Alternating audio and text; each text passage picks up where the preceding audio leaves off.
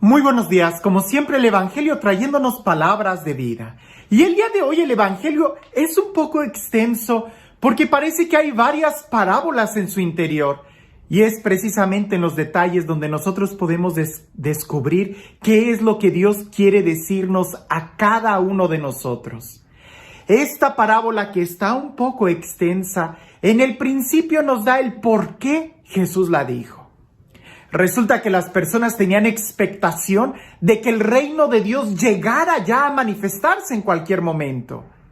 Y ya Jesús había explicado en otros momentos que el reino de Dios ya está entre nosotros, que está al alcance de nuestra mano, que más bien nosotros somos los que debemos decidir vivir en él y no estar esperando que se nos imponga de fuera. Parece, y lo es, que depende mucho de nosotros, de la visión que nosotros tengamos del reino de Dios para vivirlo o no vivirlo. Si estamos esperando algo y resulta que ya lo tenemos, pues seguirás esperando sin disfrutar lo que ya tienes. Ahora, esta parábola no solo se trata del reino de Dios, sino que también pudiéramos nosotros trasladarlo a ver qué es lo que nosotros creemos de Dios. Porque también la imagen que nosotros tengamos de Dios va a afectar en mucho, no solamente nuestra relación con Él, sino nuestro diario vivir.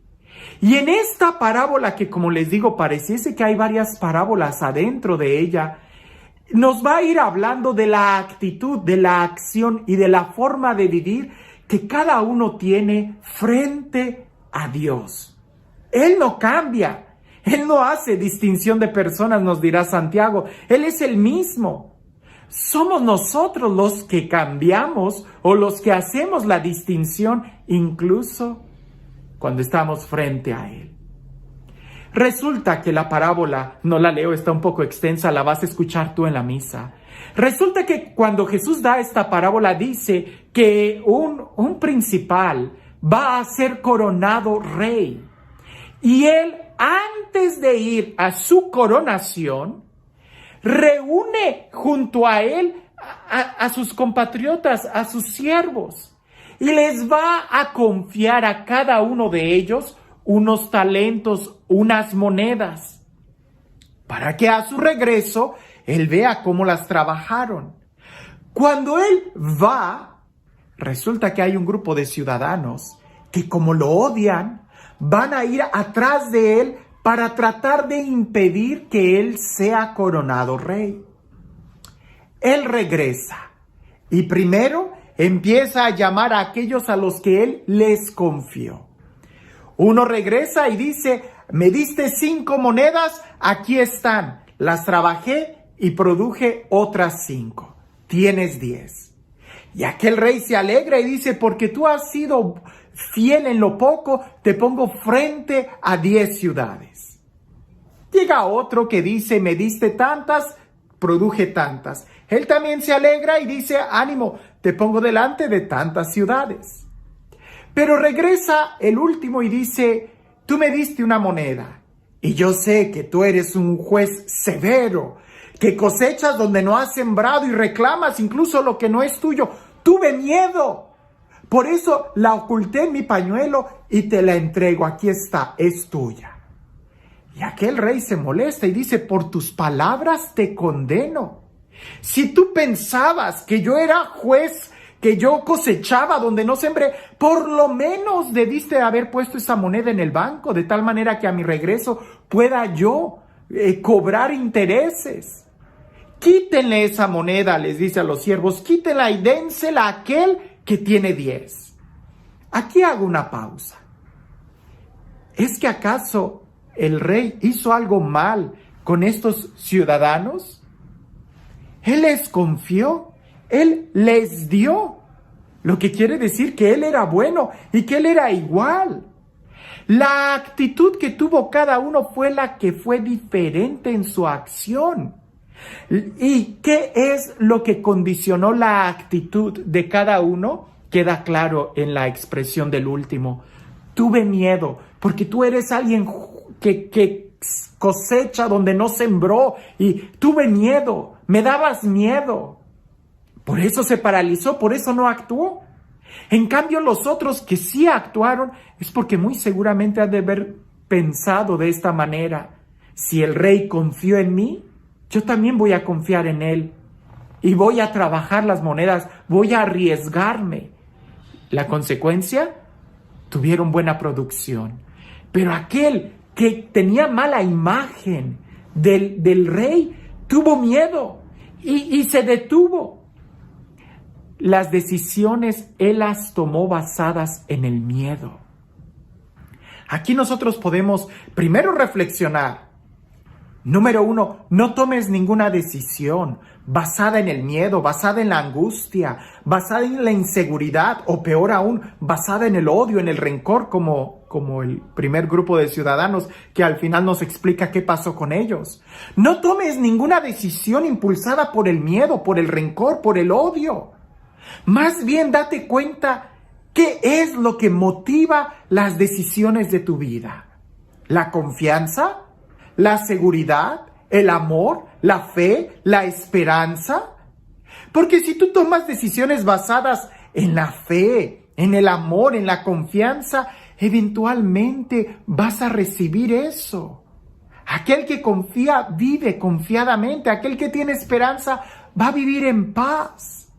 Pero aquel que vive en miedo y que toma decisiones con miedo, la respuesta va a ser miedo, va a ser inseguridad. Y al final vas a terminar perdiendo lo poco que tienes. No porque el que te confió sea malo, sino porque tus decisiones fueron equivocadas. ¿Y cómo no van a estar equivocadas si estás tomando decisiones basadas en el miedo, basadas en el rencor, basadas en el egoísmo, basadas en la venganza? Eso hace que se te escape de las manos la vida. Al final, dice el rey, quiten esa moneda y dénsela al que tiene 10. Y los siervos le dicen, ¿pero por qué? Si el que tiene 10 ya tiene 10. Él dice, al que tiene se le dará más. Y el que no tiene, aún ese poco se le quitará. Así es la vida. Cuando tú tienes algo y lo pones a trabajar en confianza, vas a producir más. Pero cuando tú tienes algo y no lo trabajas porque estás paralizado por el miedo, por el odio, por el rencor, por malos sentimientos, no solamente no produce, sino que esto mismo se te quita. Lo pierdes. Pierde el valor. Y si esto lo vemos en cuestiones materiales, en cuestiones de negocios, que es un principio, con cuanto no mayor razón si lo trasladamos a relaciones personales, si lo trasladamos a sentimientos, si lo trasladamos a la vida espiritual. Aquel que actúa en amor, en confianza, va a tener más amigos. Pero aquel que siempre está moviéndose por miedo, por rencor, por crítica, que es avaro, que es ambicioso, aquel que las decisiones que tiene en su nivel de amistades son basadas en miedo, aún los pocos amigos que tiene los va a perder. Hay que aprender a confiar, hay que aprender a amar. Y en la vida espiritual va a depender mucho cómo estás tomando tus decisiones. Si tú estás orando, más deseos vas a tener de orar, porque más se te va a ir revelando Dios. Pero si no oras, aún las poquitas ganas de oración que tengas se te van a quitar. Depende hacia dónde te estás tú balanceando. Es como el que hace ejercicio, mientras más ejercicio hace, más ganas va a tener de hacer ejercicio. Pero el que no hace ejercicio, aún las poquitas ganas de levantarse temprano las va a perder. ¿En qué va a depender mucho estas ganas que tengamos nosotros? Va a depender mucho de cómo es tu visión de Dios. Si tú crees que Dios es bueno, es misericordioso, así vas a vivir confiado en la misericordia. Pero si la visión que tú tienes de Dios es de alguien que castiga, alguien que es rencoroso, eventualmente tú te vas a ir paralizando y no vas a disfrutar la vida. Incluso, esto no depende de él, depende de la visión que nosotros tenemos de él. Y esto es importantísimo, porque incluso en la parábola del hijo pródigo, aquel hijo que sabía que tenía un padre lleno de amor, se equivocó, malgastó todos sus bienes, pero sabía que su padre era bueno. Eventualmente esa confianza de que su padre era bueno, sí, lo llevó a abusar del amor del padre, pero también lo llevó a recapacitar y a confiar en el amor del padre, que regresó y experimentó el amor del padre y ya no vivía afuera, sino ahora adentro. En cambio, el otro hijo, que creía que su padre era justo e incluso injusto, porque al final recibió a aquel hijo y él terminó creyéndose más justo que el padre, parece que no entró a disfrutar del banquete. Ahora, en la parábola del día de hoy, termina diciendo: y aquellos que no querían que yo fuera rey, tráiganlos y mátenlos delante de mí. Este rey era exactamente el mismo para todos. Aquellos a quienes se les puso al frente de ciudades es porque creían y confiaban que él era bueno. Aquel que se le quitó la moneda es porque creía que el rey era injusto. Y aquellos que odiaban al rey terminaron muriendo, porque cada uno recibió lo que ellos buscaban, lo que ellos creían de este rey. El reino de Dios no está afuera, está aquí, está dentro de nosotros. Más bien parece que va a depender mucho de cómo nosotros nos estamos acercando a Dios. ¿Porque confiamos, porque amamos en Él? ¿O porque tenemos miedo? ¿O porque lo aborrecemos, porque creemos que Él nos está quitando, cuando en realidad es Él el que nos está dando todo? Pareciese que antes de actuar tienes que hacer un alto y decir: ¿qué me mueve a tomar estas decisiones en mi diario vivir? ¿El amor o el odio? ¿La confianza o la inseguridad? La recomendación que yo te doy es de que no tomes ninguna decisión motivada por el odio, por el rencor, por el miedo, porque así nunca vas a crecer. Ahora, ¿cómo puedo vivir confiado? ¿Cómo puedo vivir en el amor? ¿Cómo puedo vivir en fe? Trata de limpiar la imagen que tienes de Dios. Porque si tú crees en el fondo de tu corazón que Dios es amor, entonces eventualmente vas a confiar en Él. Pero si aún tienes esa imagen de un Dios que castiga, pues eventualmente vas a tener miedo de tomar decisiones en tu vida. O te va a costar mucho acercarte a Él y orar. Este es un Dios de amor, es un Dios de vida, es un Dios de misericordia. Es un Dios que se acerca a cada uno de nosotros para bendecirnos. Que sea Él el que nos conceda poder descubrir el rostro misericordioso de Él, el rostro de la luz, el rostro del amor, y que sea Él quien el día de hoy nos bendiga, en el nombre del Padre, del Hijo y del Espíritu Santo. Te he platicado yo que tengo un amigo que cada quien habla de él de manera diferente. Su hijo lo ve como héroe, su esposa lo ve como el hombre más tierno, sus amigos lo ven como alguien en quien pueden confiar, un hombre trabajador, pero su cuñada o su suegra lo ven como un flojo, como un haragán.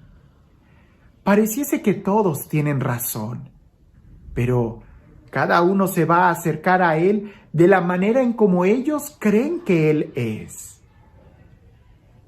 ¿Cómo te estás acercando tú a Dios? ¿Qué visión es la que tienes tú de Dios? Quizás en cierta manera has tenido una experiencia y te ha enseñado que Él es justo, lo es. Pero te invito a que también veas la otra cara de Dios, que es amor, que es misericordia. Trata de conocerlo completamente, porque la visión que tú tienes de Dios en mucho te va a afectar a ti en el crecimiento y en la profundidad que tengas de su amor. Él viene a reinar, Él está aquí reinando, está al alcance de nuestra mano. ¿Qué necesitas tú para brincar y vivir en el reino de Dios? Que tengas un excelente día.